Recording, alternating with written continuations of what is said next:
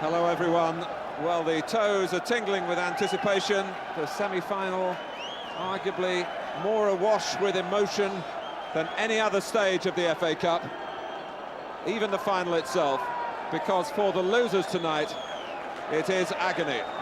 The players have had to endure an extra 15 minutes or so in the dressing room. They'll be bursting to get started now.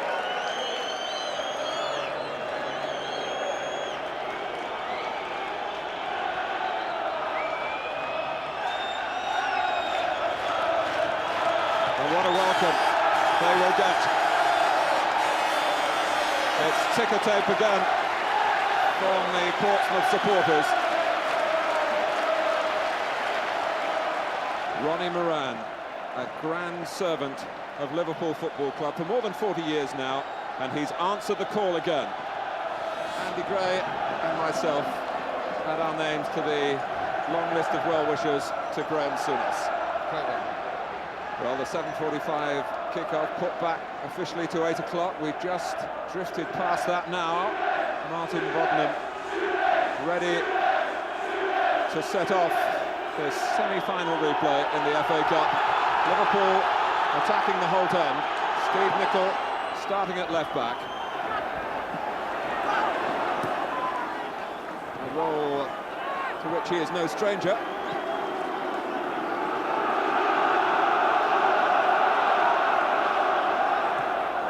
Barnes.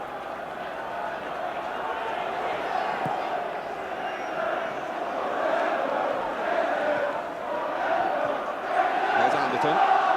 Portsmouth have plenty to play for apart from tonight, of course, on the fringes of the second division promotion chase, just below a potential playoff place.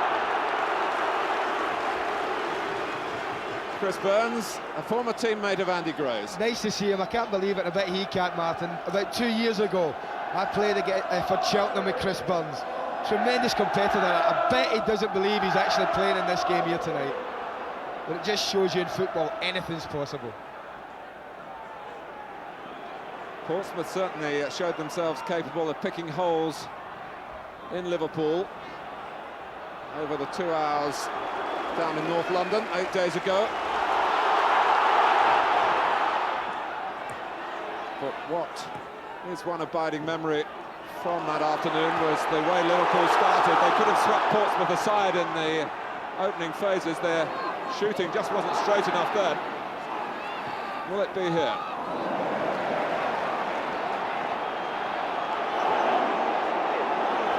Here's McLaughlin.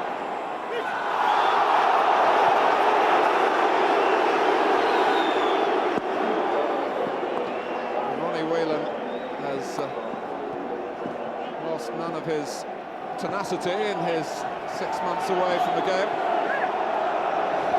One of half a dozen players cautioned 8 days ago. Here's McLaughlin. And Anderton is adjudged to be offside. But that's that little position we were talking about Alan McLaughlin getting into. That one just in front of Mark Wright and David Burrows. And if Liverpool don't put anyone on him, don't mark him when they haven't got the ball, he certainly could cause some problems. But the first problems with the ball, they've had to switch it already.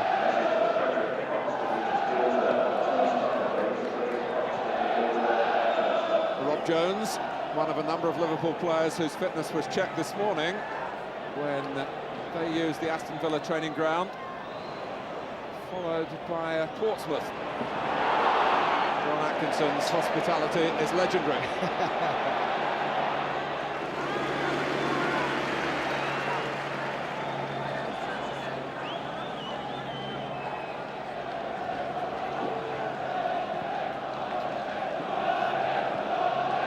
Here's Wright, a loser twice in past semi-finals with Southampton. One of them, of course, against Liverpool.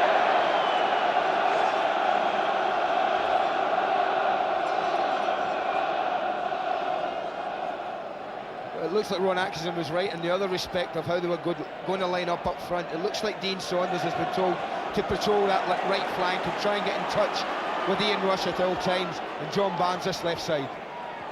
Here's Nicol. Saunders has run across the width of the pitch and is now on the left.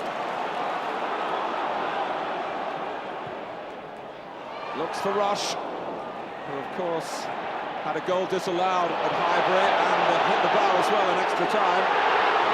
John Beresford trying to bomb on. It's very much a feature of his play, used primarily by Portsmouth this season, coming from the left-back slot, but Ray Daniel is there behind him tonight. Yeah, he's very comfortable wherever he plays, whether it be left-back or left-side midfield. I don't think Jim Smith has any worries about that.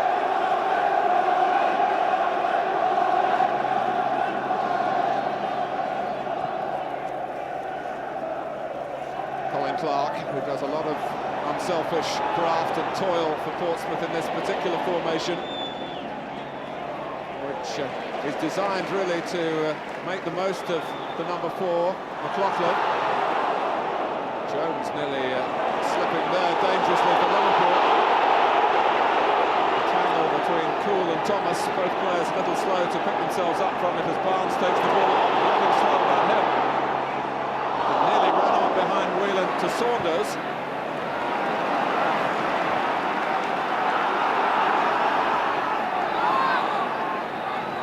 Barnes. Saunders. There's a smell of a chance because he got to the ball first. Yeah, this is what will be expected of Dean Saunders, to make these runs across the face of Ian Rush. But really he's well patrolled by Kit Simmons there, and he can do nothing but just put it over the top. But this is a bright start from Liverpool. In fact, a bright start from both teams. Portsmouth shown as well, even early on, they're quite prepared to take the game to Liverpool given the chance. Dean Saunders, whose future is the subject of some speculation, but he has scored 23 goals for Liverpool this season.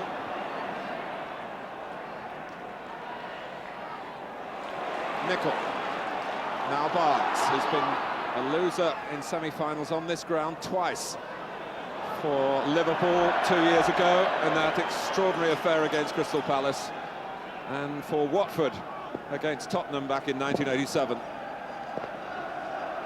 Cool, pursued by Rush. Clark. Here's Simons.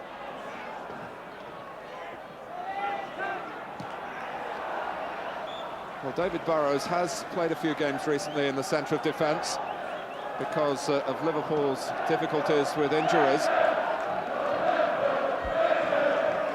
But one has grown to accept Steve Nicol and Mark Wright as the first choice pairing. Not so, at least at the outset here. Daniel. Positive work from him. Beresford. McLaughlin joining Clark in the middle. Jones can clear. We'll get a word from Andy Gray on Alan McLaughlin in a moment, because of course he was on loan here from Southampton earlier in the season for a month. It's Beresford shaping for the throw. Burns going towards it and making some contact. The whistle has gone. Alan McLaughlin, Andy. Yes, Alan spent a month with us at Villa Park, but what you have to do with Alan is you do have to readjust your team formation, Mark, to accommodate him, because he does like to play in that little half position. And although he looked a very good player with us, we didn't feel it was in our interest really to alter our system too much. But Jim Smith obviously has, and to be fair, it has paid dividends for them. Here's Burrows. And again, there's plenty of mobility about Liverpool. Mulby. Guided on by Rush, who got it back again, and it looked up for a moment, worryingly for Alan Knight. This is another wonderful little passing move, wasn't it? I think Ian Rush does look for the chip, and it's one of them. You know, if he really hits that any harder, then that looks over the goalkeeper and doesn't half embarrass him. But Alan Knight very happy to see that drop into his hands.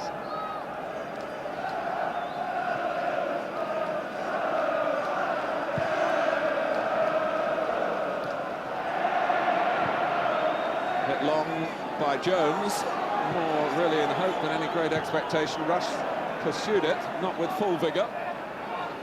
Nicol. Mulvey using his size.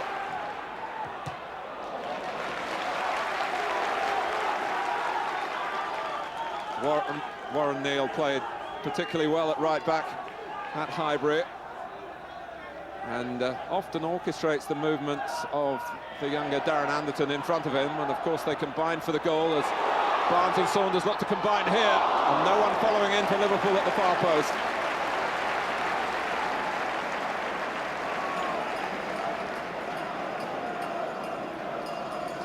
Yeah, that could be one of the problems, couldn't it? He makes another wonderful run. They've already had a warning about this. Barnes finds it quite beautifully, but because he's vacated the right side, there's no one there taking advantage of his quite wonderful ball across the face of the goal. Coming up to 10 minutes gone. Portsmouth 0, Liverpool 0. Liverpool's 2 defeats against Wimbledon and Aston Villa have harmed their hopes for European qualification in the league, and Darren Anderton trying to harm them here in the FA Cup. He's forced the corner. I was just about to say as well, Mark, that they're having a terrible time getting Darren Anderton on the ball in the first 10 minutes. I'd seen very little of him, and that's the first real positive run he made off the ball. Beresford to take the corner. Grobbelaar with the fists. It dropped in the area, but safely for Liverpool. Hoisted long by Mulvey. Some smart work in midfield by Thomas. John Barnes playing for only the 11th time for Liverpool this season. How they missed him. And although at times he was on the edge of the match at Highbury, he certainly played a major part in its final outcome. And you do feel he needs to put together a run of matches now. To get his match fitness absolutely right.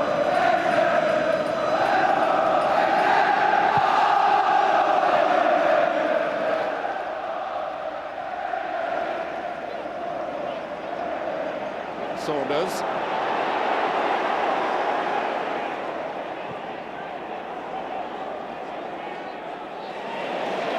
Mulvey.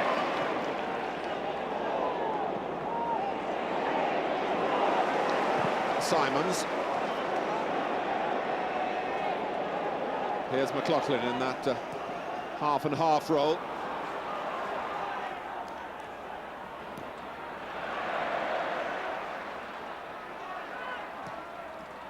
Hoisted on by Thomas. All to no avail for Liverpool then. Andy Orford knocking it over the back of Nicol. Anderton as Grobbelaar came charging out. The goal was left totally unattended. And that was chaos for Liverpool. Well, Bruce is shaking his head there, Martin, but I honestly don't know where he's going. He can't in any way hope to do anything getting there. And Darren Anderton really will be disappointed he hasn't done better with that. I mean, Steve Nicol was right beside Darren Anderton. He couldn't really have done anything, but Bruce creates the chance for Portsmouth all on his own. Well, we've all seen the greatness of Bruce Grobbelaar down the years, but that type of thing is happening far too often for Liverpool at the moment. I think that may be the reason they have been linked with a goalkeeper or two as well, Martin. Neil.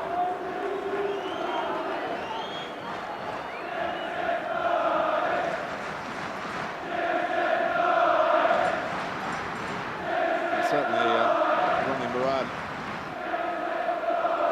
will have a strong opinion about what went wrong for Liverpool at the back, and it very nearly put them behind in the early stages to the player who scored in extra time. He's handled here, Darren Anderton. And when you talk of transfer speculation, Anderton, of course, has been watched a lot by Liverpool this season, and they're having the opportunity now to evaluate him very much at close quarters. I think he's been watched a lot by a lot of clubs this season.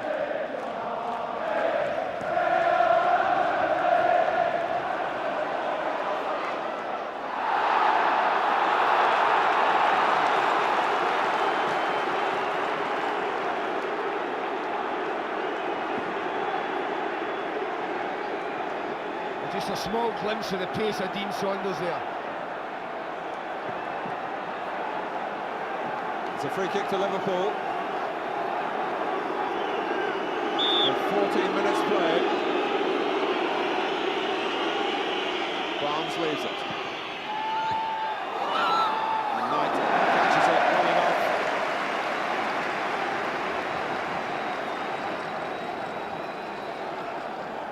Jan Molby's free kick. Yeah, there was good movement in the box as well from the Liverpool players. I think it's Chris Burns who just manages to get his body in the way to take the pace off Ian Russ's header.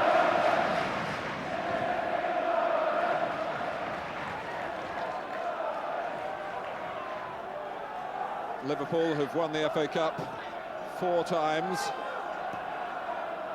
They didn't win it at all until 1965 and Ian St John's famous diving header against Leeds.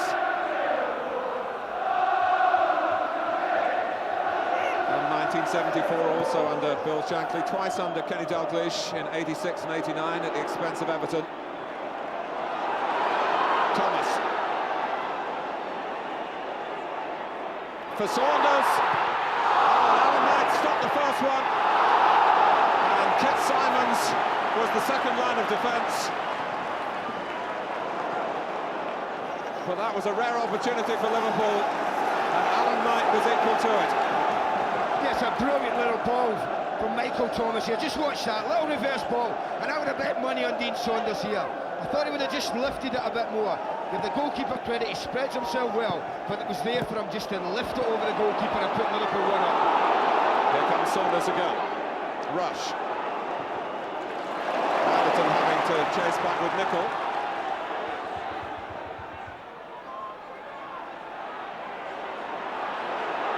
Barnes giving Neil a chasing. Simons was there in the nick of time again. Well, this is a testing little time for Portsmouth. Liverpool just starting to exert a little bit of pressure.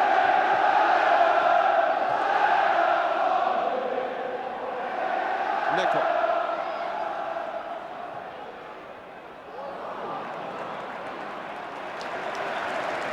But both sides have had a real sight at the opposition's goal.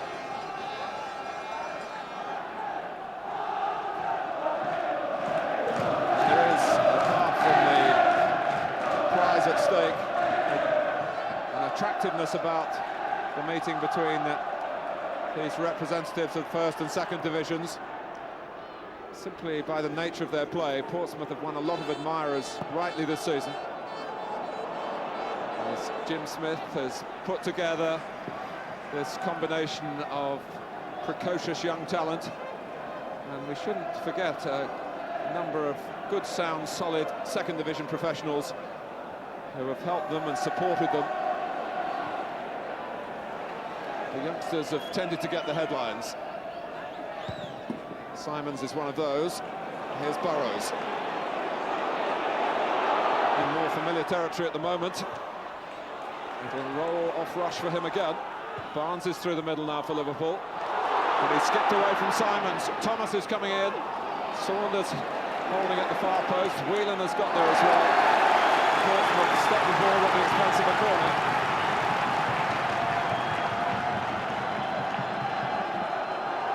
What is absolutely undeniable is the talent that Liverpool have at their disposal. Largely because of injuries, the team play hasn't quite been what they wanted week in, week out. They have lost 5 of their last 8 games. That's most un-Liverpool-like. But what they're also doing, it's very Liverpool-like, Martin. The players, no matter who they pick, they all know what they've got to do. That's pass the ball and control it and move. And even tonight, they're showing at times great examples of that. Anyone watching, any kids watching, the way they pass and move. Very little standing still from the Liverpool players. Or Rush with a long leg was telescoping forward. Then Ian Rush has got a good record on this ground. Got half a dozen goals for Liverpool here. Yes, they're threatening more and more, aren't they, Liverpool? He's only a fraction away from that, Rushy.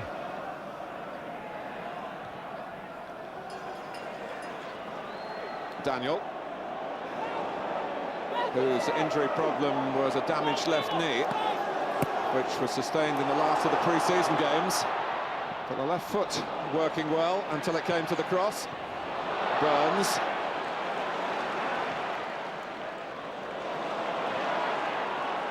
Mulder. Saunders pulling to the right-hand side. Whelan jogging through the centre with Rush.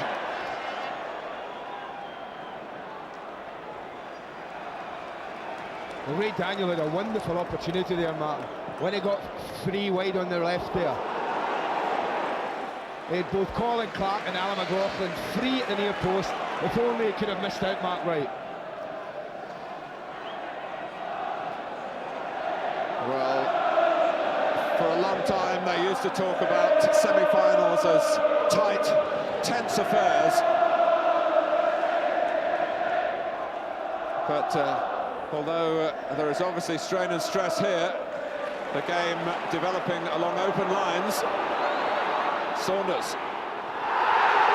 And Martin Gugnan was very much up with play then, as Liverpool supporters, more than the players wearing red, yelled for a penalty. Well, Simons, the defender. Yeah, just look at this, he just leans on him there, doesn't he? And I think there's a one or two referees might have taken a different view of this. Just watch the way the defender leans on Dean Saunders there.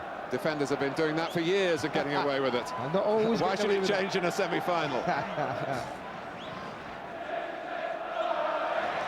You're quite right about the semi-final so far. We really have had nothing at all negative about this game. Here's Wright. Jones. He must still be pinching himself, Rob Jones, to believe he's part of all this. Played more than 30 games for Liverpool now. Nicol.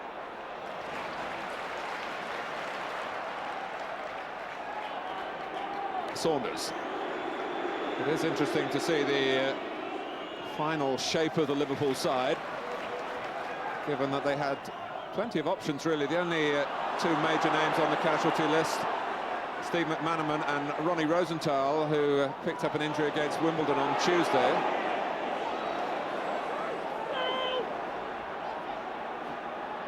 Beresford.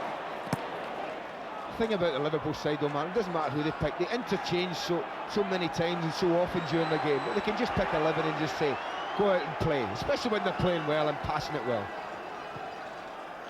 Here's Anderton.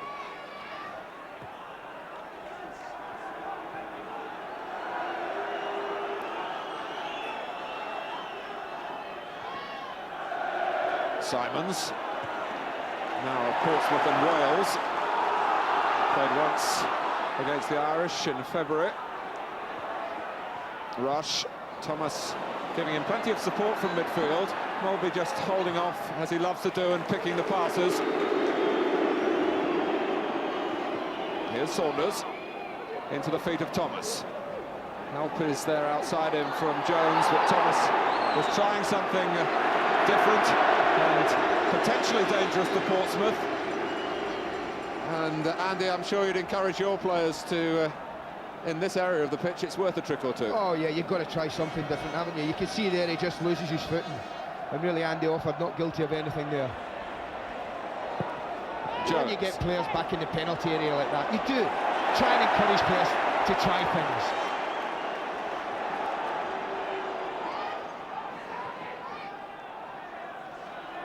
This is cool.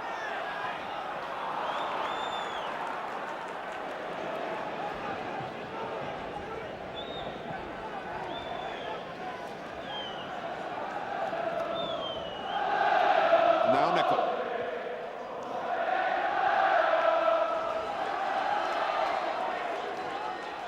Barnes in close support. Whelan made an interesting run then. And it's Thomas who blasted into the whole turn. Portsmouth just moved out quickly enough to making contact for Michael Thomas that much more difficult. Certainly John Barnes is getting plenty of the ball, and again it's him the move starts from. Difficult for Michael Thomas to have done better there. He's been pressed very well by a couple of Portsmouth defenders.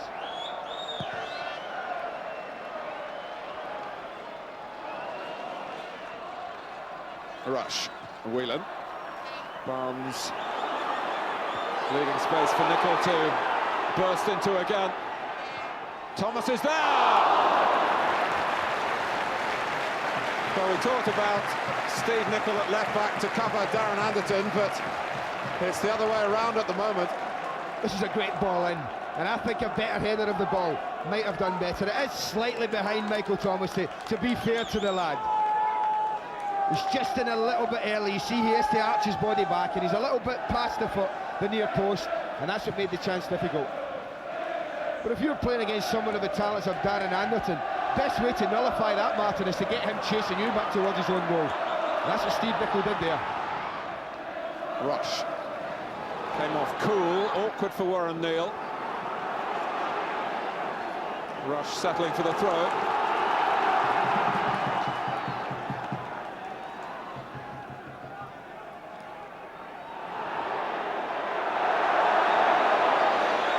It's given Portsmouth's way. 20 minutes to go to half-time.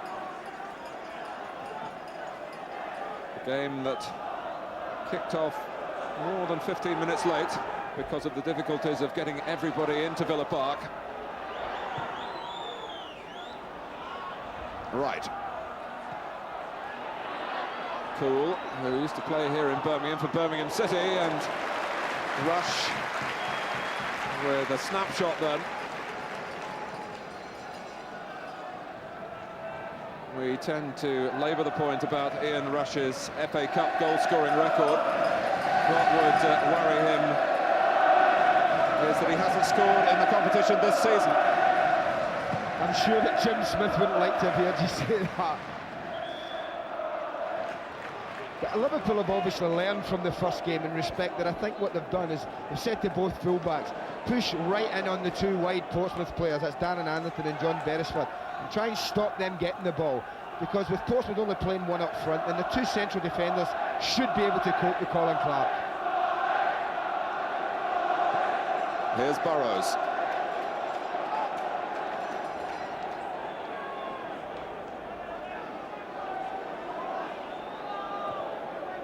It was only 2 years ago, of course, when they were beaten here by Crystal Palace. Afternoon when it seemed to be a mission impossible for Palace. But the FA Cup has a way of bridging the gap in what apparently are unequal contests. That's the beauty of this competition, isn't it, though?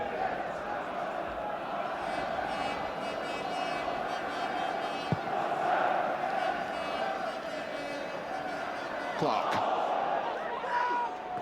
Burns, who does so much fetching and carrying in Portsmouth's midfield. McLaughlin is the player that Liverpool had a problem tracking down at Highbury.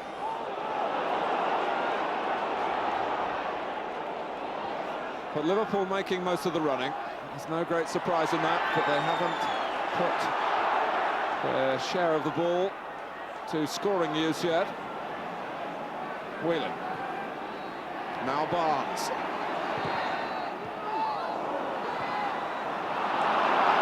Simons, who's had a lot of work to do already, who was stretching. Saunders!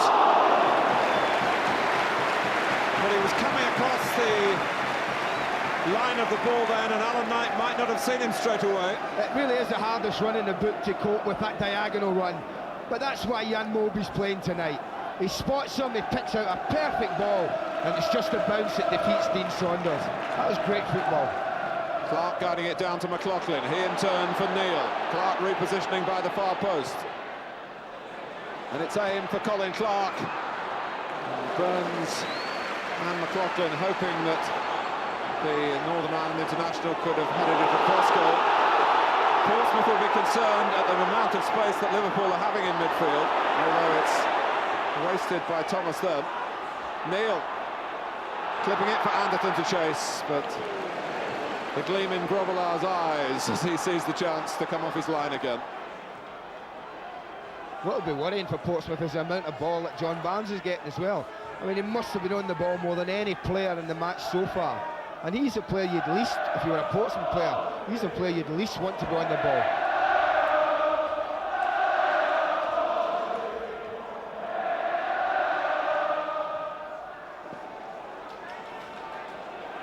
Burrows.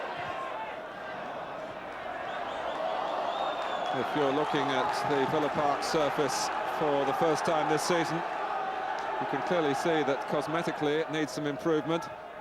But we say again that the Liverpool players who had the advantage of a league fixture here on Saturday were pleasantly surprised with the roll of the ball. I think you can see even tonight it hasn't affected the way they've passed the ball. It really is a surface, although it's taking criticism. It's a surface now. If you're confident enough to pass the ball in, you can do.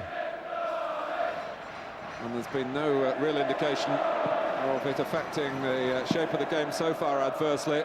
Although you would have to say that the players would prefer a Wembley-like bowling green every time they play, any day they play. Of course they would, but we're playing in England, aren't we? You don't get pitches like that every day you play. But I think that little cheer there when Ronnie Whelan passed the ball out of play from the Portsmouth fans, a measure of how well Liverpool have passed the ball for the first half hour of this game.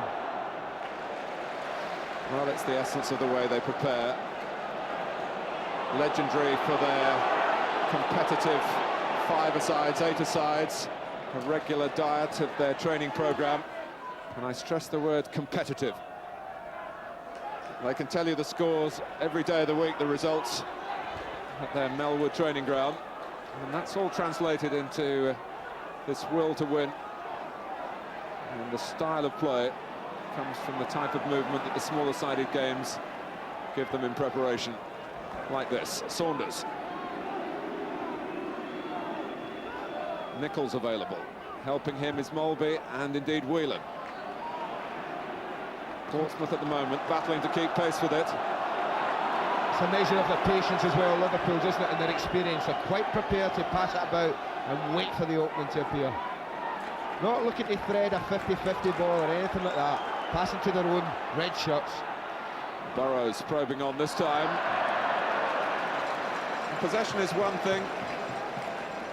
Passing, certainly you would compliment Liverpool for that, but it's penetration that they've got to achieve on a night when there has to be a definite outcome. I think you're right there, and watching a cup final this week already, it was noticeable that the team who were defending, Manchester United, against Nottingham Forest, had plenty of the ball for us, but had no real penetration. Where I think this game differs is, I think Liverpool have shown us already that they are capable of piercing Portsmouth, and in fact on 2 or 3 occasions could have done already. Clark, even he has to come deep just to get another body into the area that Liverpool are dominating. Daniel,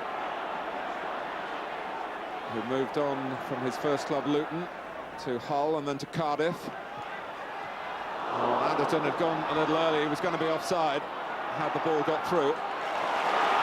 Nickel. At this stage you do fear for Portsmouth, but it's still 0-0. Nickel. It's over rush.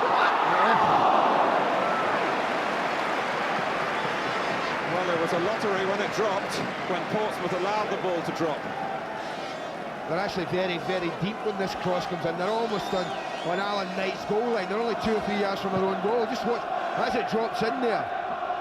Chris Burns didn't show composure like that when he was a Cheltenham player. But great composure for him tonight. Rush got it away from Simons. Barnes with a run at Neil. Liverpool flooding into the centre. And Portsmouth concede a free kick. Right on the edge. Warren Neal holding up Barnes unfairly. Well, John Barnes looks to me as if he's in a real positive frame of mind tonight. Got the ball and he's looking to go at players from the word go.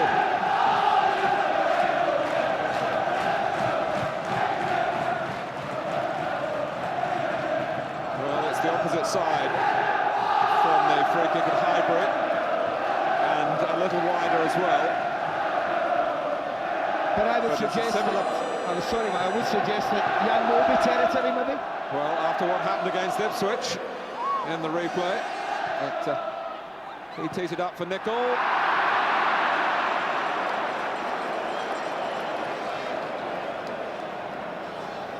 And when you can hit the ball as Mulby can, I'm just wondering whether the referee, in fact, had given an indirect free kick then. Might well have done. Might well have done. But when you have someone like, in fact, you have two, I think that would be a worry if I was Jim Smith about giving free kicks away anywhere around the edge of my box. Certainly after the first game, when you've got people like Mulby and Barnes in the team who really can create a goal from nothing from that area. Cool.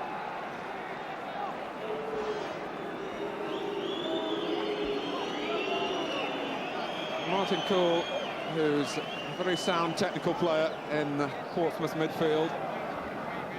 And as you might say, he is the leader of the gang.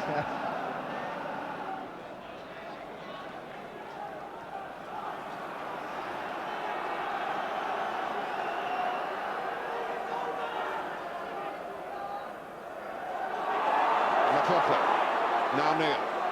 Cool moving off through the middle. Anderton wanting some help to his left. Daniel. That's a pretty confident piece of work for a player starting for only the second time this season.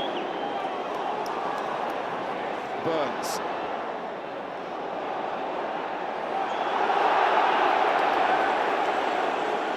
Well, when you've earned your living as a bricklayer, you're a tough nut to crack, and Chris Burns revelling in the opportunity that football is giving to him.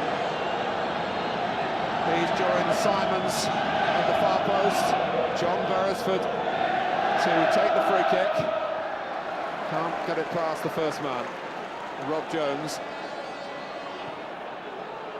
Beresford tries again.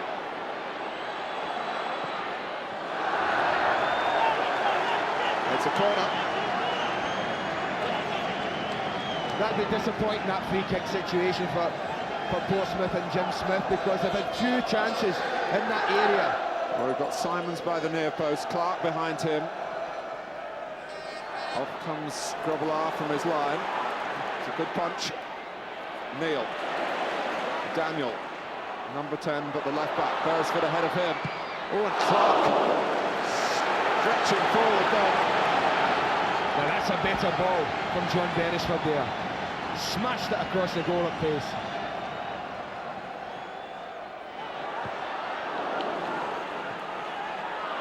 Anderton. Rush kicked the ball into his face, I think. McLaughlin pulling wide. There's help behind him from Burns. Anderton still trying to recover his senses. And the referee waiting and allowing Anderton to have the attentions of Neil Sillett, son of John. It's the first real bit of pressure though Portsmouth have had and exerted on Liverpool in the whole game. And I think it's just come at the right time for Jim Smith. He must have been wondering what his team are going to have to do to get this ball off Liverpool. I noticed Martin Coles ran over to the bench to get some instructions from Jim Smith as well. I'm sure a lot of support around Britain for the underdog Portsmouth, but a lot of sympathy for Graham Souness as well.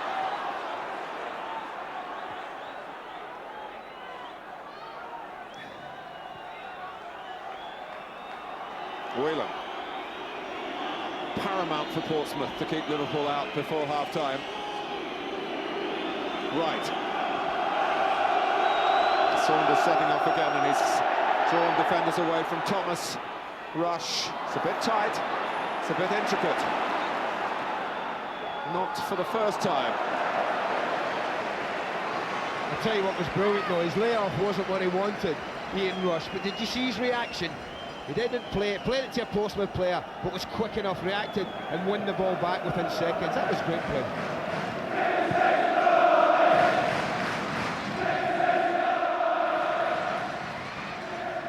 Molby with another effortless touch in the right direction. It's half-time at Villa Park, a half in which Portsmouth have had to do a lot of defending. But they had one great opportunity, Darren Anderton, when Bruce Grobbelaar raced off his line. Liverpool with so much more of the ball, intricate in their passing, maybe a little over-elaborate at times, we shall see. Dean Saunders in the clear against Alan Knight, who saved very well with help from Kit Simons behind him.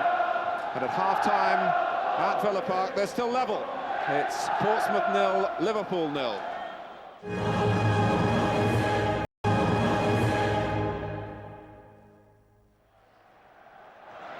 Liverpool out first. They've looked like a group of players with a real mission tonight, recognising the responsibility on their shoulders. Liverpool, a club where winning trophies is not just a bonus, it's expected of them. But Portsmouth have hung on in there with grit and determination. We haven't been able to show you, or they haven't been able to show us, the quality in the attacking side of their game, but they're still in the picture. It's still 0-0. Yes, and I think for Jim Smith, he could have gone in at half-time and said to his players, OK, they've had plenty of the ball, but we're still 0-0, lads. Believe you can go and win this.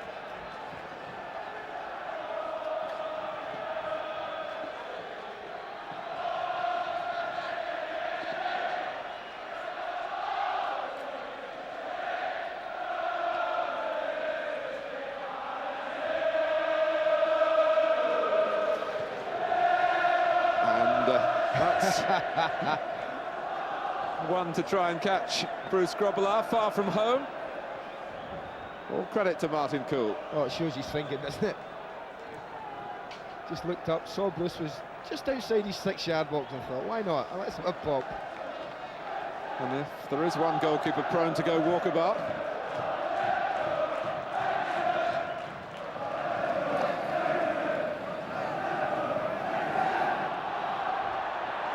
Barnes.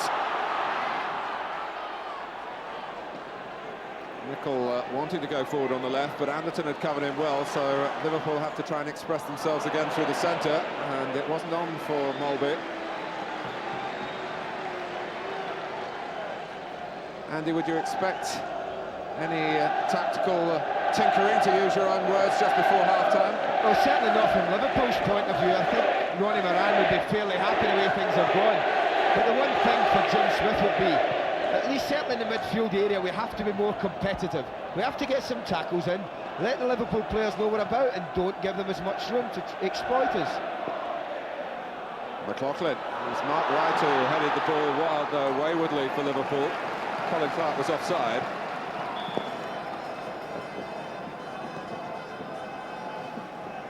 Since the match at Highbury, Portsmouth have lost on Merseyside to Tranmere and beaten Grimsby on Saturday. We did feel it was very important for them to win that one, because they seemed so drained, having been so close to knocking Liverpool out.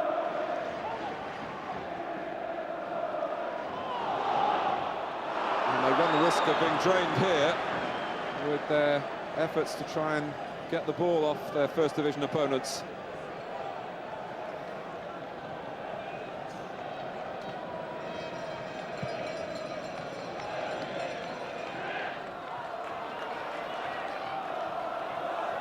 Jones, his grandfather, played in a semi-final replay in 1947 and was a loser. I hope, from his point of view, that's not an omen. Saunders. Rush just easing it on for Thomas. Molby could have had it as well. Whelan trying to stretch Portsmouth a little more. Barnes kept it in. That took a little bit of doing. And then it was a mistake by Nicol. Well, the Portsmouth fans find an extra note of optimism in their voices when Darren Anderton is invited to stretch forward as he was then. Yeah, good play from Mark Wright. Saw the danger early and just drifted away from Colin Clark to cover Darren Anderton's run.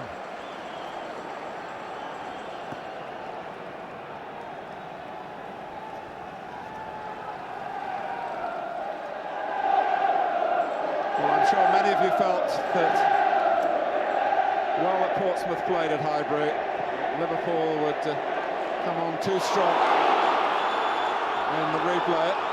Although they've controlled the shape of the match, they've had no reward for it as yet. Saunders tries to change that.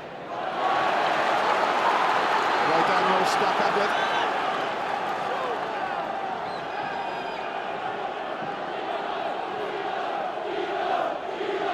And every Portsmouth player within 25 yards of Alan Knight's goal. The odds were that one of them would be in the right place. It was Burns. Saunders. Now Whelan. Plays for another corner and gets it.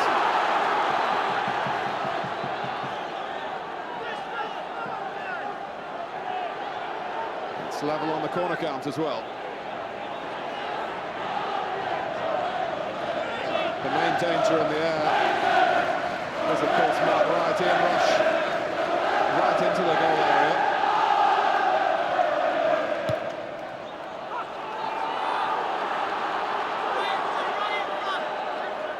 Barnes placing the ball for another corner, and Mulby comes for the short one. Jones neglected by Portsmouth. Wright with a chance to head it down. Retrieved here by Nicol.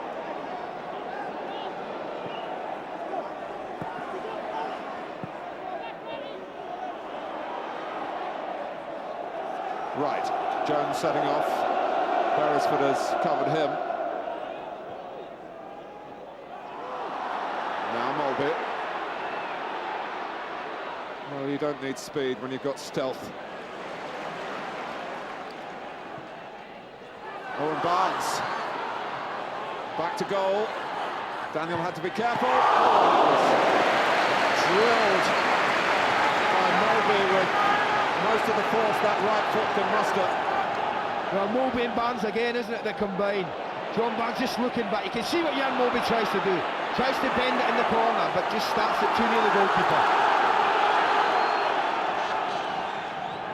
Here's Burrows. It really is a hang in there at the moment, Martin, for Portsmouth. But again, it's the essence of the FA Cup. Barnes has them panicking. Saunders sprinting in, couldn't stretch towards it, but has kept on running. Blocked fairly enough by Daniel. Good work by Beresford, excellent play. Portsmouth having to do most of their work under pressure, but they might be able to build here with McLaughlin. And now Neil. They're looking for a smash and grab now. And they have grabbed the corner. Well, sorry, Mark, that's definitely the shape of the game, isn't it? It's Liverpool, patient, probing, keeping them under pressure. Portsmouth trying to see that pressure off and hoping to catch Liverpool on the break. And which formula will succeed? That's what we wonder at the moment. Well, opportunities for Portsmouth have been rare, but this is one of them. Beresford to take the corner. Simons peeling away from the near post. Oh, it came off Nicol! And Grobbelaar saved him. Well, that's a thank you for what happened at Highbury when Grobbelaar knocked the ball onto Clark's head and Steve Nicol was on the line. Whelan. Jones trying to take on Cool. An excellent piece of defending by Andy Orford. Good position that was that Andy Orford takes here. He knows where the danger is. It's in that near post area. And had he missed it, Ian Rush is coming in on top of it. And didn't Alan Knight know it? Thomas with the corner this time, an orthodox one.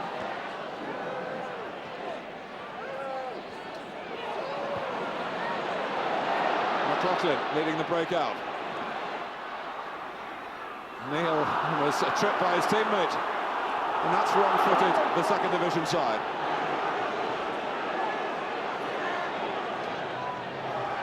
And Barnes wanted more than the corner then, you felt.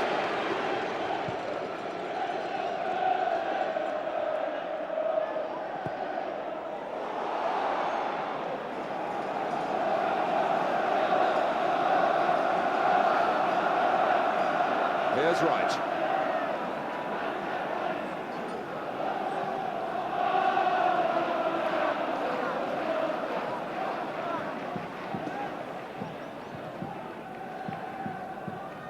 Thomas. Here's Mulby. Now Rush. Rush joining Saunders in the centre, and it might deflect his way. It does. Orford patrols him out of the area, and Whelan miskicks. And here's Burns. Here's the furthest forward, but Beresford has made a terrific run here. Is this the moment for Portsmouth? They're pouring into the centre, and the cross, well hit though it was, couldn't pick out a fellow blue shirt.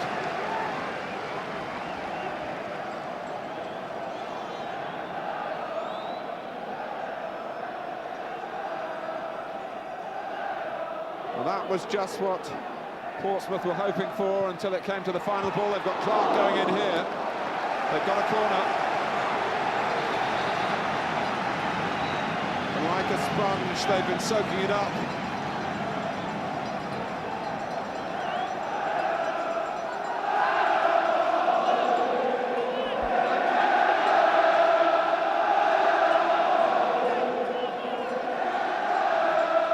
Beresford to take the corner. Having broken away so menacingly a moment ago. Just over Clark, knocked out by Nicol.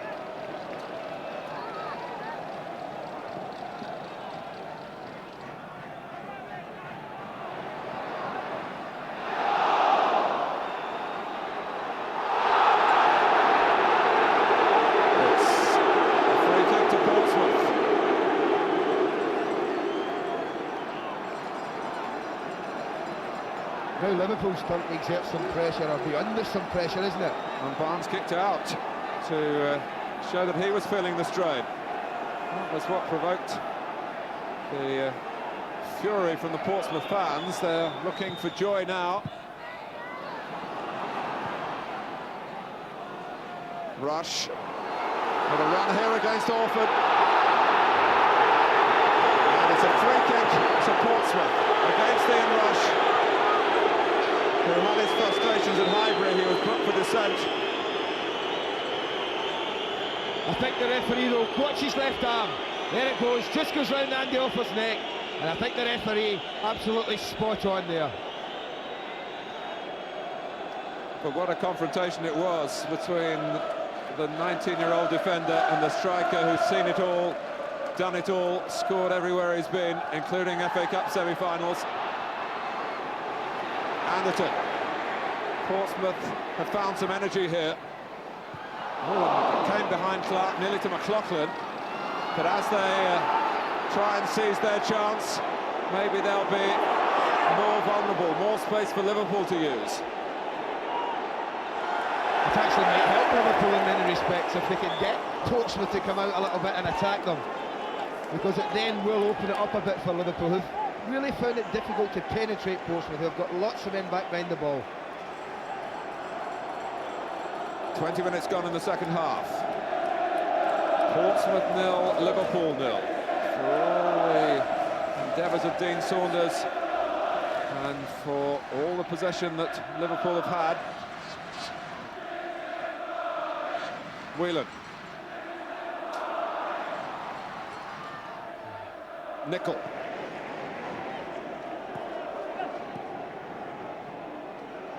Barnes moving away to try and get free. Rush was able to do that. Saunders. And for all the possession that Liverpool have had. Whelan. Nicol. Barnes moving away to try and get free. Rush was able to do that. Saunders. And for all the possession that Liverpool have had. Whelan. Nicol. Barnes moving away to try and get free. Rush was able to do that. Saunders. Portsmouth push them further away from goal. Burrows. Here's Wheeler.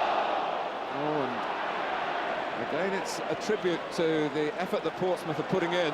Although Liverpool put the passes together, it's all being played in front of the second division team. And it is an effort, that's the word used quite rightly, because it is, as I said earlier, in the first half, it really is tiring when you have to defend for long times without the ball. Chase it all the time. Can they hold out? Mulby taking it in his stride. And Beresford says no, as Liverpool say, why not? Especially from the bench.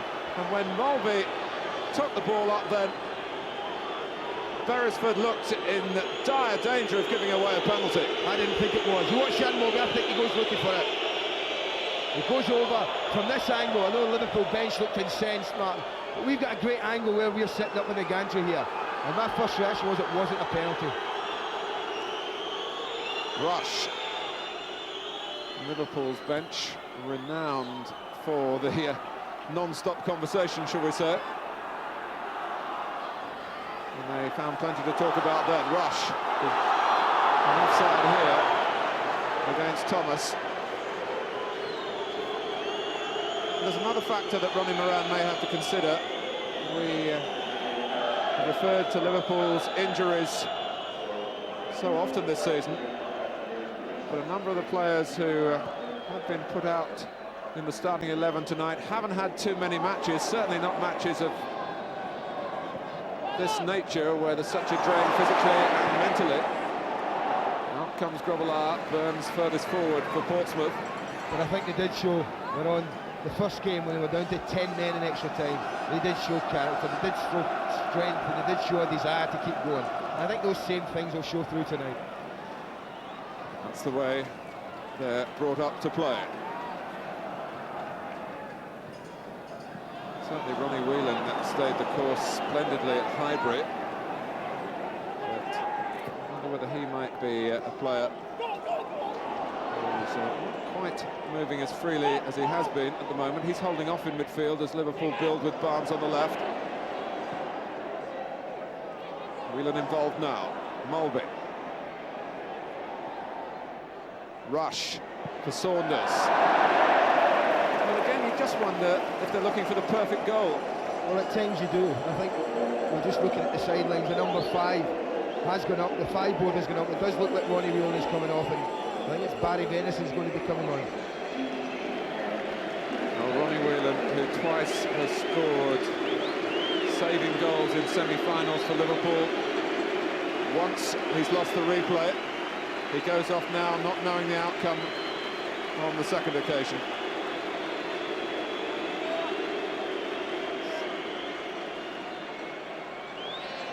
Barry Venison is the replacement.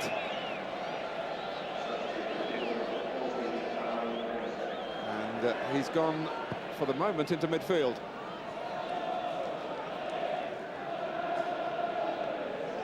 I mean, I suppose in many ways they could actually, if they felt that way inclined, they could push Steve Nicol back into the centre of defence, push Barry Venison or Rob Jones to the left back, and push David Burrows into midfield to give him a bit more power and directness. Wright's header. And Colin Clark was hurt in that challenge, and he's indicating to the bench that he needs attention. And he'll get it now.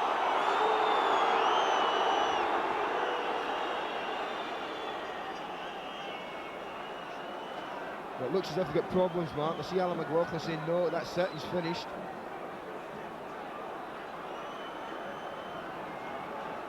Oh, that's it. Definitely changing over. Well, one wonders whether it might be a dislocation. But players from both sides on the scene quickly, and very concerned for Colin Clark.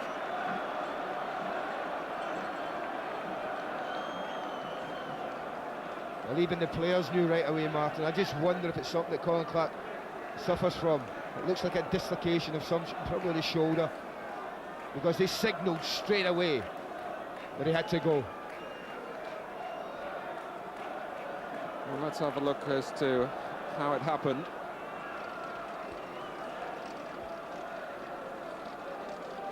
He put his left arm out there, straight, and either the shoulder or the elbow seemed to give way then.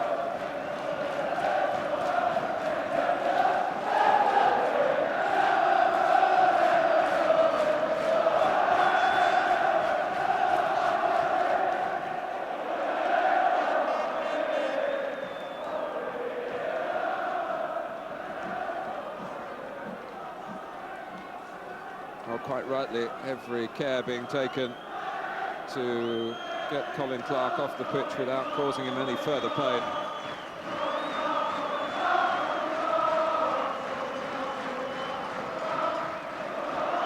The same two substitutes available to Jim Smith, Warren Aspinall and Guy Whittingham. Whittingham is the more logical replacement, one central striker for another. Well, this FA Cup semi-final replay and all its drama being watched not only all over Britain here on Sky Sports, but live to South Africa, Singapore, Abu Dhabi, Thailand, Malaysia, Mauritius, Italy, interest all over the world.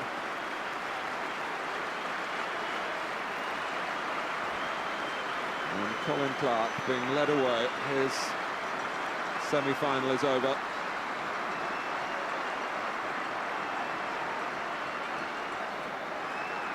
And the Aston Villa doctor there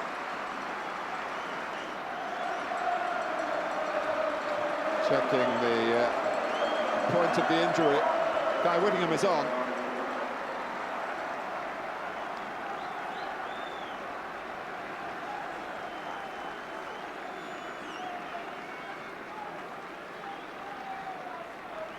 Sympathy all around Villa Park for Colin Clark. So the game will restart with a drop ball. Martin Boddenham very quickly appreciating the need to call a halt to the play. And on we go again. Barnes. Knight started to come, realised it wasn't quite his ball. Venison, it's over Saunders. Neil's header goes to Mulvey. Did that hit the referee? Great stop referee, wasn't it? Portsmouth for a second playing with 12. Stuck it ever so well. The way Liverpool have pummeled them, they're entitled to be black and blue. It's a Liverpool free kick. But for all the pummeling, they haven't knocked them over yet. Knocked them out of the FA Cup. Mulvey to take the free kick. This is a difficult moment for Portsmouth. But in the air, they've been strong. Burrows. Whittingham is so anxious to try and close him down then. But his feet got caught in the grass seed in the centre of the pitch.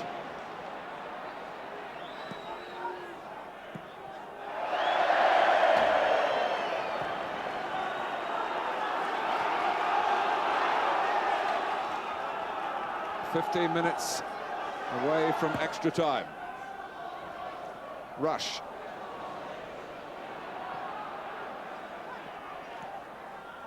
Now Whittingham held his ground well and made sure that the ball got to Daniel, but he wasn't wanting it played back in there. I was asking a lot there, wasn't it, from Guy Whittingham?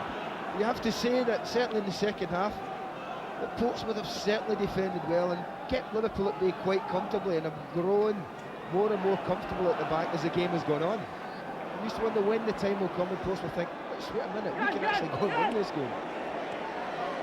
Mulvey still pulling the strings.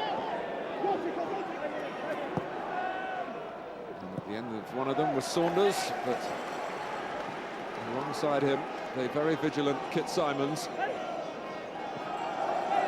who's added to his rising stature again tonight. Might actually be worth Liverpool's while, just for, say, the last 15 minutes of normal time, if they say to Dean Saunders, go play up front beside Rushy, because they've now got a natural right-sided player in midfield in Barry Venison. Beresford And Whittingham stopped by Burrows. Beresford on the scene again. Wright got back. Without ever dominating the play, Portsmouth have also made more attacks in the second half. We scarcely saw them as an attacking force in the first. Another neat interception from Orford. Daniel offside against Whittingham.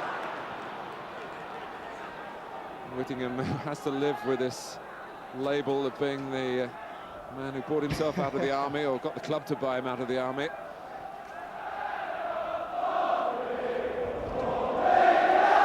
has scored goals, particularly in the FA Cup. 7 in 2 games last season, at the expense of Barnet and Bournemouth. Not quite Liverpool, but he's still a player who could, if given the chance, give us this piece of FA Cup history that is still a possibility.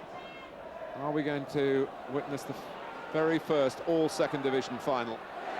Not if Liverpool have anything to do with it.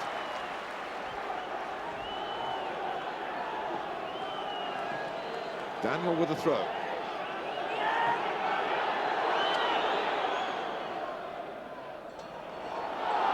Mulby.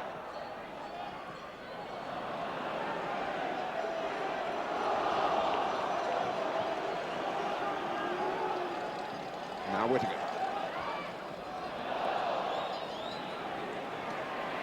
Mulby. Nicol breaking, and this time he's just got a yard on Anderton. Is that going to be costly for Portsmouth? It was Nicol who came forward and earned the free kick at the crucial stage. It's Mulby's shot. Hardly. But for the most part, Darren Anderton has been very vigilant against Nicol, but on that occasion he was just caught watching the ball and not watching the run. Yeah, he has done well, Darren Anderton, but I'm sure he would rather have imposed himself more on Steve Nicol than he's been able to. Portsmouth have to have the ball for that, though. Yes, they do. But the longer it goes on, well, they've stuck at it, Jim Smith's men. Well, they've certainly done that. But you're in the semi-final of the FA Cup, you know, the greatest cup competition in the world. You're going to stick at it. You're going to work as hard as you've ever worked in your life to get a result. And if that means, I'm sure for the Portsmouth lads, if it goes down to the wire and goes to penalties, I'm sure all the two teams will quite fancy themselves for that. All the pressure's on Liverpool really to win this game. I think everyone expected that was it. Underdogs get one chance, and if they don't take it, then perhaps then that's all over for them. Warren Aspinall, who also knows all about Villa Park, he had a spell here. I think I was here as well. It wasn't a successful time for the club, Andy, was it? I hate to remind you. No, it wasn't. The two former Villa men, Walters and Aspinall, still wait on the sidelines.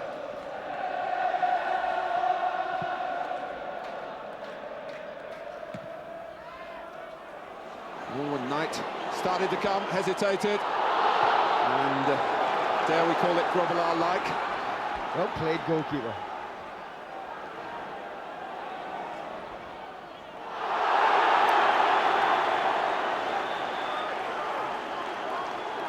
Although Daniel was in danger of giving away a free kick, then felt he was fouled. It is, in fact, a free kick to Liverpool. So the first infringement was blown for.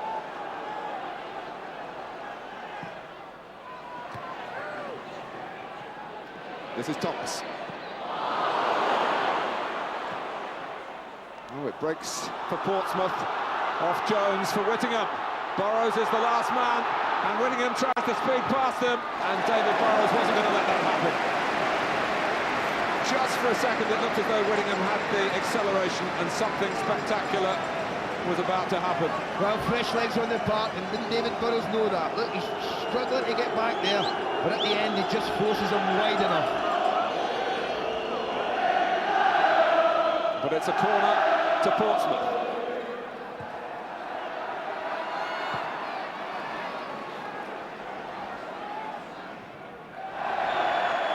Orford hoping to deliver it back into the heart of Liverpool while they were still regrouping, could only put it out of play.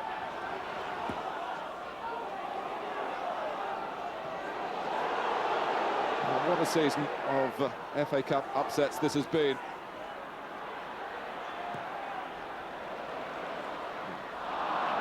And you start to wonder whether another one could happen.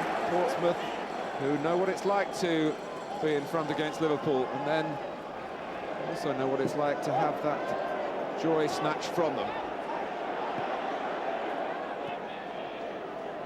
Burrows.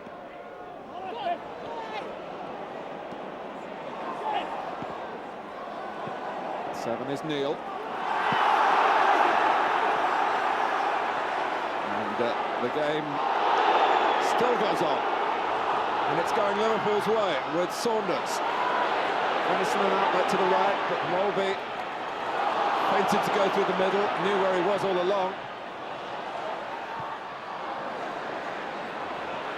Here's Nicol.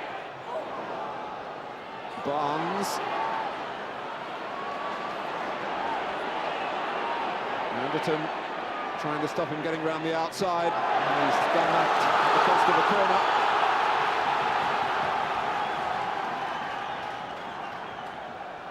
Those who normally stand on the Kop are making their voices heard at Villa Park. Liverpool looking for a goal which could take them to Wembley. And Mark Wright, who still hasn't scored since his move from Derby.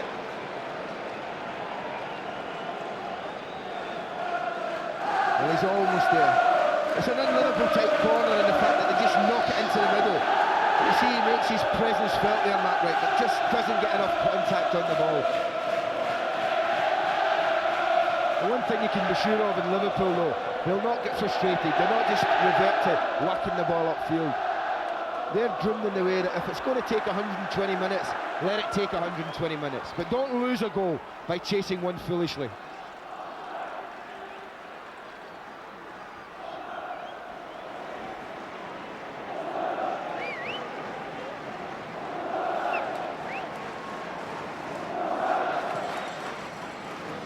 Six minutes left. And then, if it stays this way, extra time.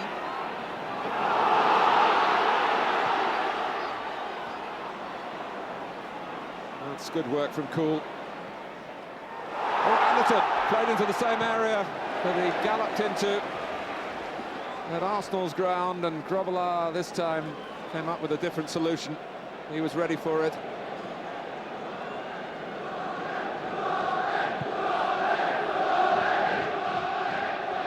Jones.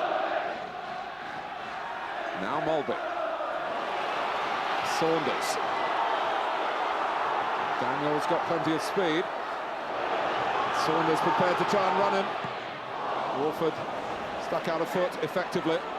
McLaughlin hasn't been too effective as an attacking force tonight, but we've had one or two moments from Beresford, and there's another looming.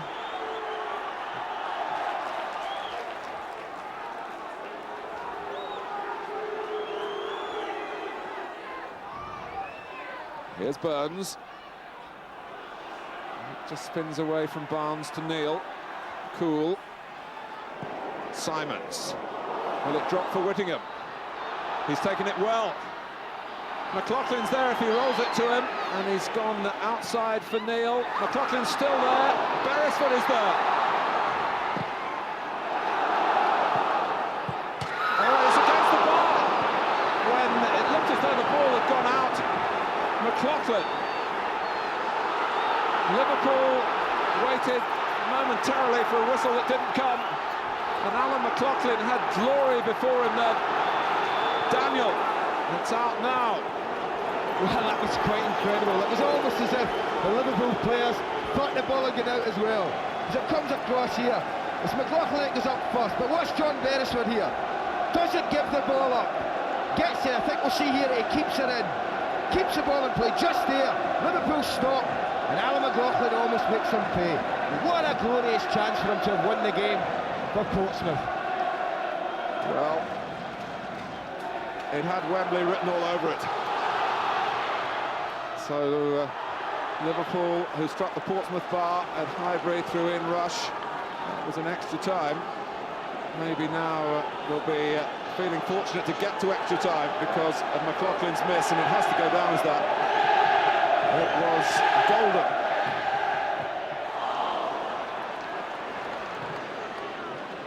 I mean, that must always have been nagging at the back of their minds, honestly, Martin, because they've dominated for so long, and yet there was always a chance they were going to concede.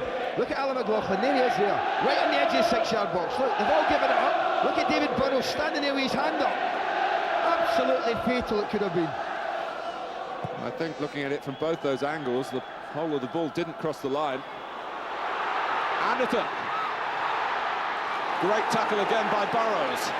First on the scene is Guy Whittingham. Then Grobbelaar, who wants to throw it quickly. McLaughlin put an arm up to try and stop that. Bruce wasn't best pleased. Jones. Well, you have to hand it to Portsmouth. They've been on the receiving end for so long, but as the game has gone on, they've got stronger and they've got nearer. Yeah, I'm sure if Jim Smith could have given the perfect tactics talk, Martin, that would have been hold them as long as you can and let's score in the last couple of minutes. And it also nearly came right for them.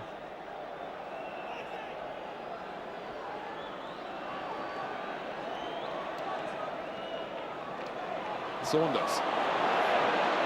Broken up by Cool. Oh, Simons got away with it. To be fair, Martin Cool has played him a ball there that he's got no right to play him. He doesn't know what's behind him. And that was Ian Rush again. He's just lucks there, waiting for any half chance to win the ball back. Well, I wonder what Martin Crosby's thinking of all this. Fancy him saying that he doesn't mind who he meets in the final. We all know what he really thinks. I think Martin being a little bit diplomatic there, and wouldn't you be, Martin? I think he'd have been a bit disappointed that Alan McLaughlin didn't put that one in the back of the net. I could have swore I seen him jump out his seat there in that studio. Jones. Now Venison.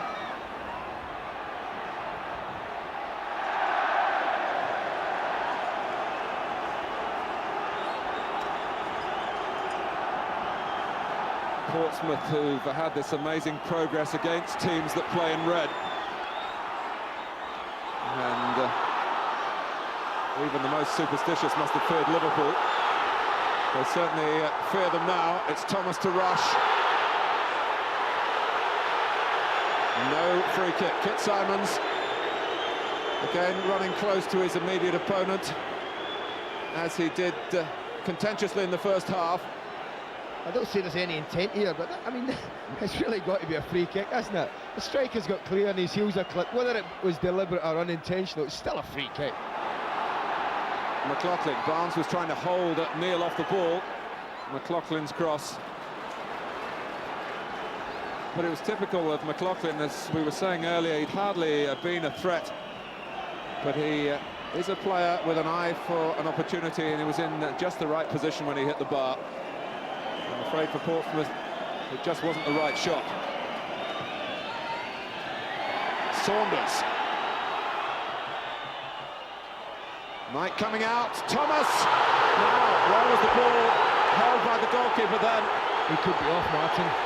If he's handled it outside the box. The linesman was right in line. I think he's quite right, the linesman. If you watch, Alan Knight gets caught in no man's land, he's thinking, oh, what do I do? And there's the handball. The referee obviously is letting away with it. Well, he's ruled that Alan Knight didn't know really where he was, and it wasn't an intent to handle outside the area. That's what he's ruled. Is that the rule? Well, it's a free kick, it's John Barnes, it's memories of Highbury. First of all, Portsmouth put a player on the post, and then they've thought better of that.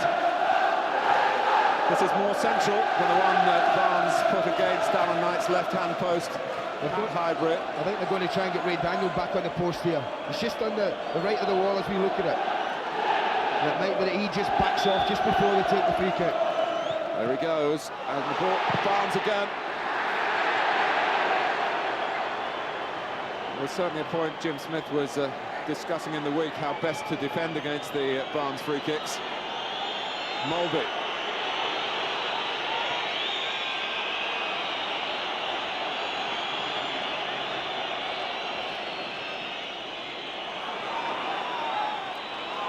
Jones.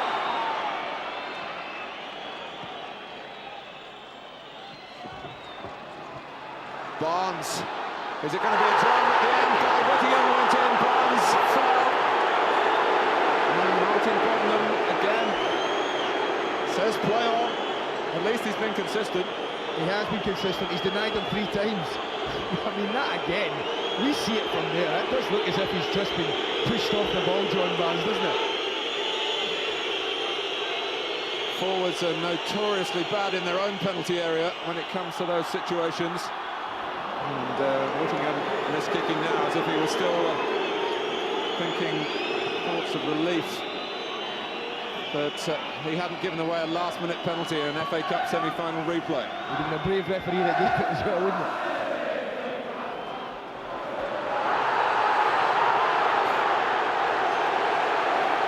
I mean, it's amazing when you think he gives a free kick for that. Or does he give a free kick? No, he doesn't.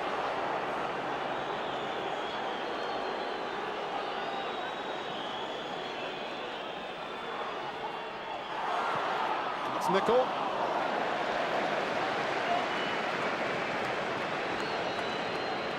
Well, the Colin Clark injury extending what's already turning out to be a long night, a late kick-off. We're very close to extra time. We're deep into time that the referee is adding on for the damage to the Portsmouth striker.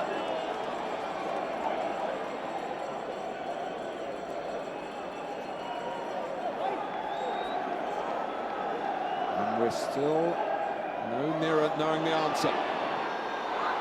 Burns was pretty calm in the circumstances from right. It wasn't decisive. Burns again. McLaughlin was caught just watching, as if praying that something would unveil itself for Portsmouth. Saunders. Ray Daniel's done well. Oh, he's played well tonight. Definitely had a great game. Must have known he would be up against an awful lot of pace. And Jim Smith has gambled with him, but he hasn't let him down one little bit. Nicol. Oh, I don't know whether he was trying to head it goalwards. If he was, it was ambitious.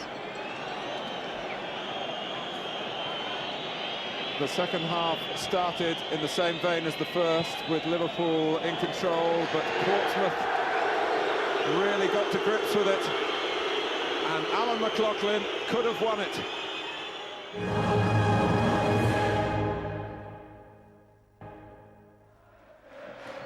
If Liverpool are to win the FA Cup this season, they're certainly doing it the hard way.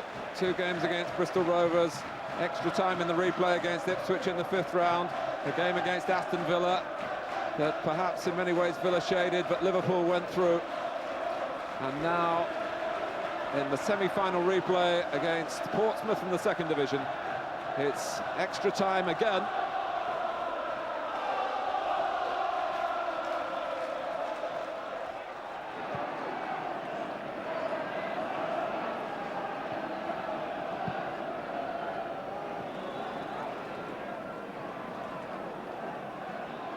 Venice. Martin Cool, haven't seen too much of him in an advanced position for Portsmouth. Plenty of Beresford, it's behind Whittingham, well met by Nicol. Daniel. Beresford on the way back, and quick enough to get there. He's still full of running. Really has been something of a second coming in football at Portsmouth for John Beresford, who was an apprentice at Manchester City, an England youth player, and he's causing Liverpool no end of concern at the moment. I tell you what's helped Portsmouth as well. I know it's an unfortunate injury, but really since Guy Whittingham came on as well, he's given them an energy in the legs. I mean, Colin Clark holds the ball up very, very well, but he hasn't really got the movement that Guy Whittingham's got. And he's helped him in many respects as he came on. He's been busy, he's been alive, he's been bright. What about the Liverpool change, Venison for Whelan? Well, I think if you lose Ronnie Whelan, it's always a downer for you. I think he's a very influential player, and as we saw in the first game, what he's capable of doing right in the last minute of extra time. So I think Liverpool would have been depleted a little bit with the loss of Ronnie Whelan. Saunders trying to sweep it in.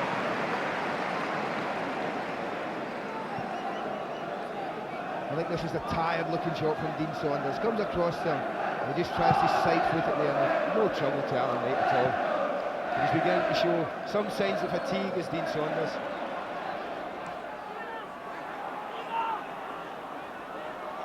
Mulvey. He has got the poise, if not the build, of a ballet dancer. But even Liverpool's passing now is looking a little bit talent. It's gone astray. Neil, coming off the head of Mark Wright, very nearly for Whittingham. Mulvey. Saunders, the socks down, the tiredness showing, but the willingness is there. Saunders again. For Rush, Portsmouth appeal for offside. Linesman kept his flag down. And the running angle really for a pass there for Rush. In behind Warren Neal for Barnes.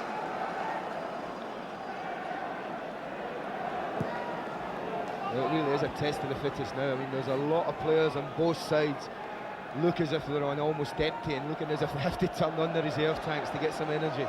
They've had to work very, very hard, both sets of players. And the question, of course, will be coming more to the forefront of our minds as to whether penalties is the proper way to this magnitude.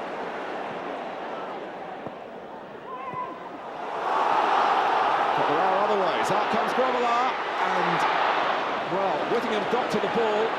Fortunately for Liverpool, Grobbelaar didn't mow Whittingham down and risked the red card. The guy Whittingham's a yard away there from making himself a hero, I'm sure. Daniel.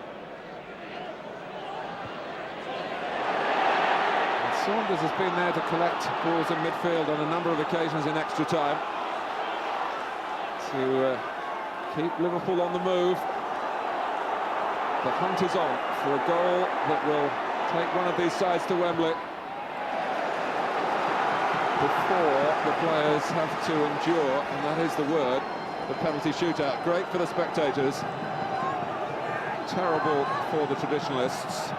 When you think of the sagas in FA Cup semi-finals that Liverpool have been involved in, I think it was 1980, 4 games against Arsenal, a couple of them here, before it was finally settled.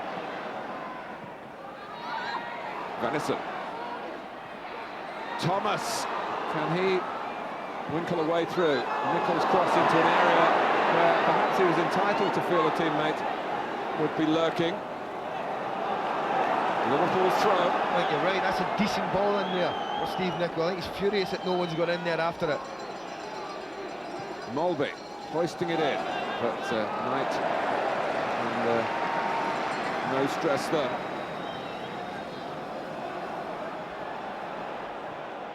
The perkiest player on the pitch has undoubtedly been Beresford in extra time. Madison staking his claim. He's been on not so long.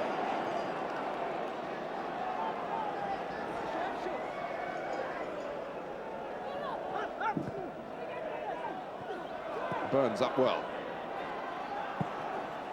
Beresford again looking to get Anderton in. Barnes, Thomas going to the left.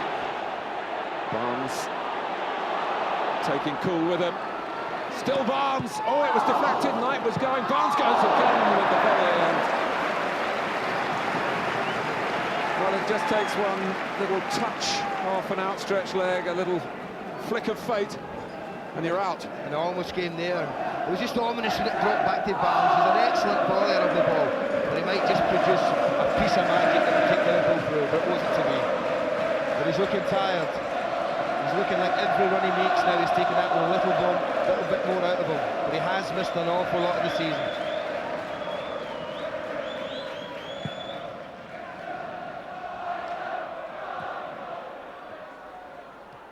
McLaughlin. Daniel. Burns inviting the pass with his movements in front of the ball. But Daniel couldn't get it through to him. Touch from Cool. Beresford. Trying to get it over Liverpool now and having some success. Portsmouth have the throw. Invigorating their fans again. Who really couldn't have envisaged this at the season start.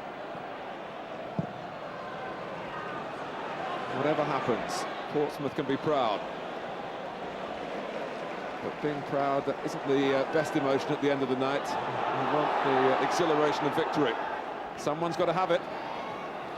Rush. Still Portsmouth strong in the centre of their defence. Remember the names, Kit Symons and Andy Orford. And Darren Anderton. Burns ploughing on. Anderton, outside him comes Neil. Anderton looks the other way for Whittingham. Neil, will he get there? He beats Nicol to it. Finds the corner off him.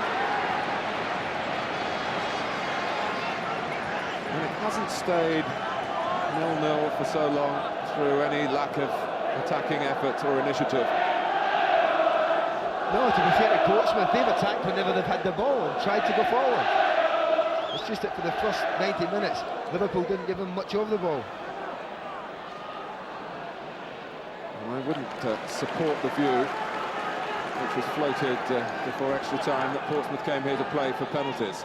No, you can't gamble on that, surely. Semi-final. I mean, there are teams that have been accused of that. But you can't gamble if you're going to win it on penalties. I'm sure Jim Smith would feel that his team wouldn't possibly be good enough to try and do that. They've got to do it with their own strategy, stopping Liverpool's strengths and trying to hit on the break. But it's Liverpool looking to hit here with Rush. Thomas was following in well, and Alan Knight didn't take it totally cleanly. Yeah, but I think he knew, Alan Knight, that all he had to do was just stop it. There was no one coming in, he could see that. It was just dipping in front of him. I mean, he's really taken everything quite comfortably tonight. And only really been asked to produce one save of any note, that from Dean Saunders early in the first half. And what does that tell you about Liverpool, even though they've been pretty in their play?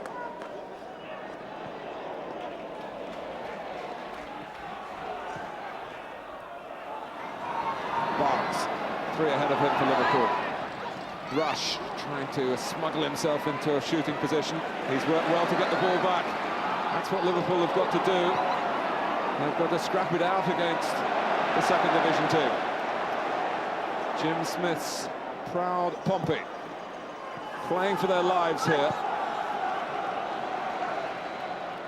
The lucky red handkerchief is in place beneath the coat. Ronnie Moran and Liverpool don't really believe in superstition. They have a set way of doing things, and they put it down to ability.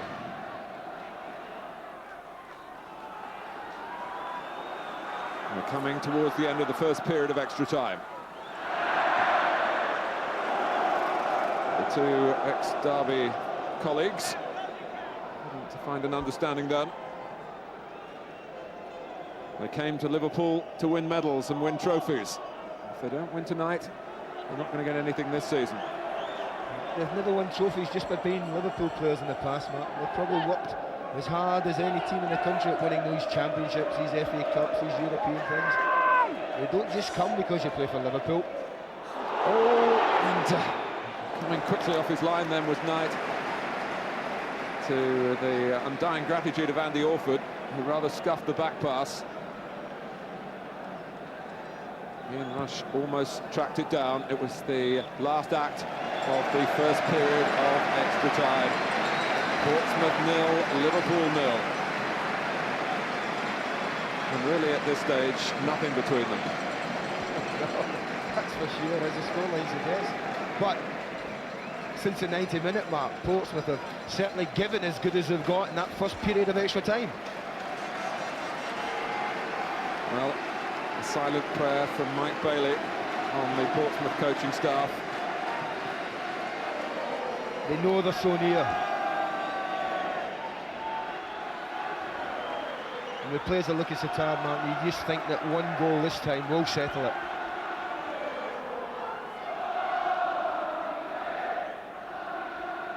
A quick turnaround. 15 minutes to go. And Beresford looks as though he could play another 2 hours. Cool. Anderton. Portsmouth attacking right from the kickoff. And Liverpool finally do get a touch from Nicol.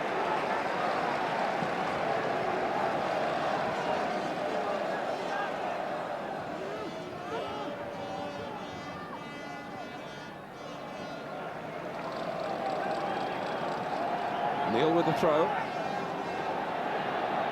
Cool coming to offer him something for it. It was Anderton who in the end was the target.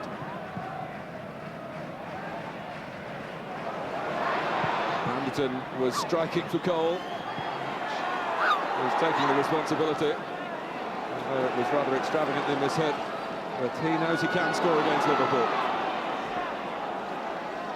Saunders. Well, it was the right idea. Thomas had pulled away to the left. John Barnes is really just standing and watching at times. He looks terribly tired. Jones.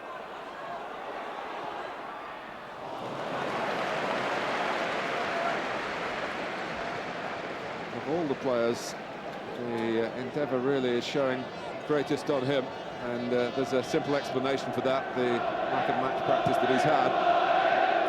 Well, I think most definitely that's what it is. You just see there, the puff of the cheeks told us everything there, didn't it? But you'd keep him on, rather like your best place kicker in other codes, because if a free kick materialises again, he could send them on their way to Wembley. Must be hard for Mark Walters to take, because he would be a natural replacement. But they're going with Barnes and staying with him.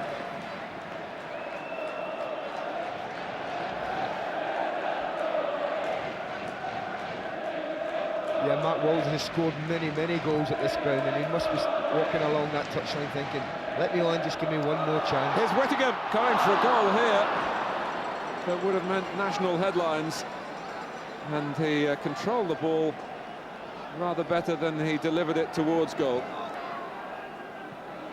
Well, Grobbelaar moving much more freely now, and you wonder, come a penalty shootout, you think back to that European Cup final, of course, and Grobbelaar so distracted the Roma players in Italy with his antics, and Liverpool went home with the European Cup. Barnes, Neal in the nick of time.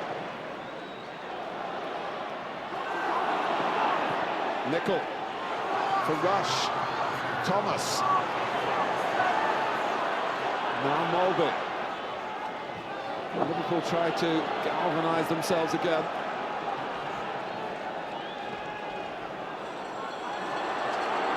Here's Nicol.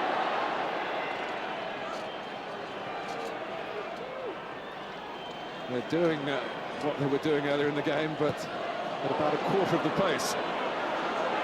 Jones trying to quicken it. Saunders. Now, here comes the counter-attack, and Portsmouth have got the right man on the ball. Beresford. There's time here for Anderton. Burns to his left, whipping him to the right. Out comes Grobbelaar. He's caught way out of his goal, and Beresford can't get his head to the cross. He didn't really read it right again. And here's Thomas. Like two heavyweights here, both almost out on their feet, but refusing to drop. Saunders. It loops up, rushes in. Now Mulby. Portsmouth, in fact, do have the player down. It's Alan McLaughlin, who's trying to get up to make the offside trap work. Could well be Crum. Thomas. Rush, oh, mishit it, Thomas slips. And Ian Rush hangs his head. Right.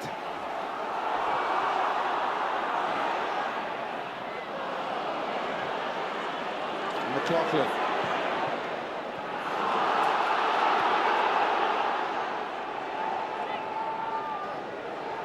Barnes finding an extra burst of energy from somewhere.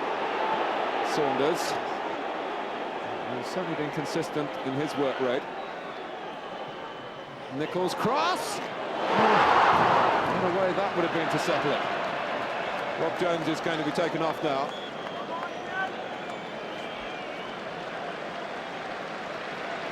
It's always going wide, this cross, isn't it? I think Alan Knight saw that early and caused them no real problems.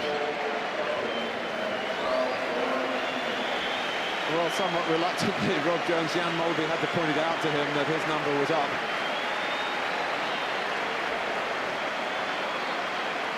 And if it goes to penalties, maybe Rob Jones will tell you after the game that he quite fancied taking one.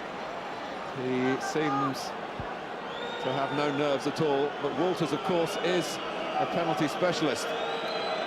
So that might be in the thinking of Ronnie Moran. It's funny because you have to do it these days, man. You have to be conscious of the fact that cup ties just possibly might go to penalties, and you really have to sort these out in training now. Listen to the Pompey fans, they're really, really proud of their team tonight. Trying to lift them that last few minutes verbally. They're doing a wonderful job of it.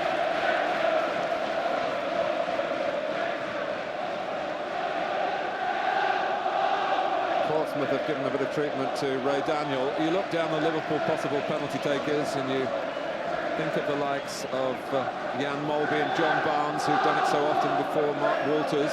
Dean Saunders, of course, missed one for Liverpool earlier this season, right at the outset of the season at Manchester City. But he's rarely shirked that responsibility. I can recall Ian Rush taking them in the past as well.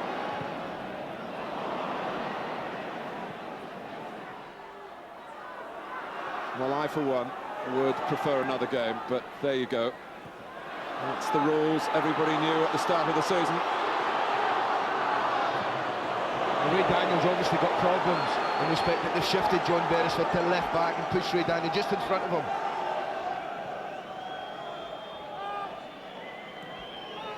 Right. 2 hours at Highbury, almost 2 hours at Villa Park.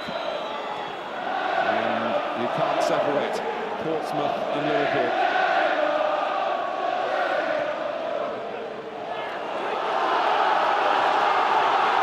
There's a minute left. The FA Cup has a fund of stories about last-minute dramas. Is this going to be the next one? Anderton, Whittingham and Aspinall, who's come on. The two in the centre, and the drama didn't materialise. Portsmouth, after struggling at the outset, have kept pace with Liverpool. But here's Saunders. Nicol. And Beresford controlled that very well, perhaps with a touch of luck, but it stuck so that he could steer it back tonight. He's deserved a bit of luck, hasn't he? He's worked tremendously hard, John Beresford. Up and down that left flank all night.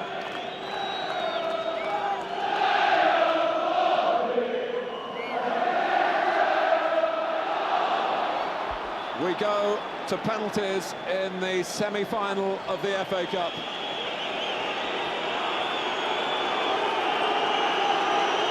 Keeping cool for the players, keeping count for the rest of us.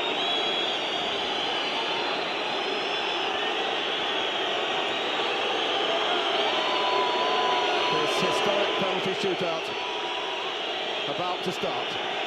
Portsmouth the first to go with their captain.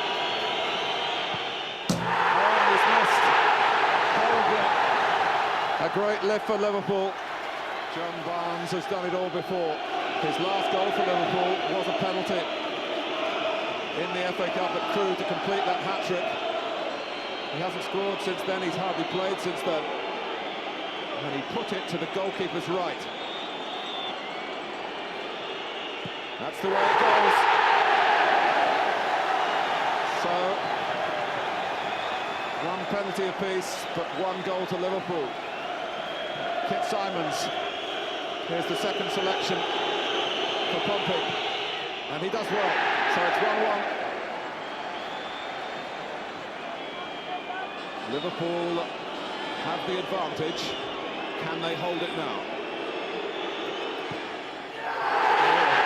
It crept in. Thank goodness Liverpool will feel for the placement because there was no power. Next to step up, the Portsmouth right back, Warren Neal. Kovalar pointing out to the referee as that the ball isn't quite on the spot. Even if it is, it's made the referee go and look, it is. And Warren Neal just had to wait perhaps a little longer than he might have wanted. Oh, and he's hit it straight at Kovalar. Liverpool are nearly there. Dean Saunders, who took the penalty at Derby, failed with his one at Manchester City for Liverpool. He's taking his usual lengthy run-up. How Portsmouth need Alan Knight now.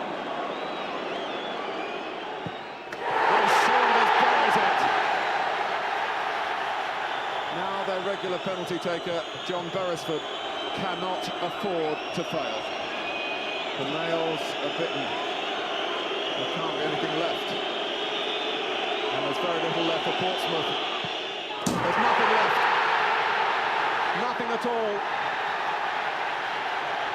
In a season in which so many big clubs have been ambushed along the way, Liverpool have found a circuitous, but in the end, a safe path to Wembley, and have certainly given a great lift to Graham Souness.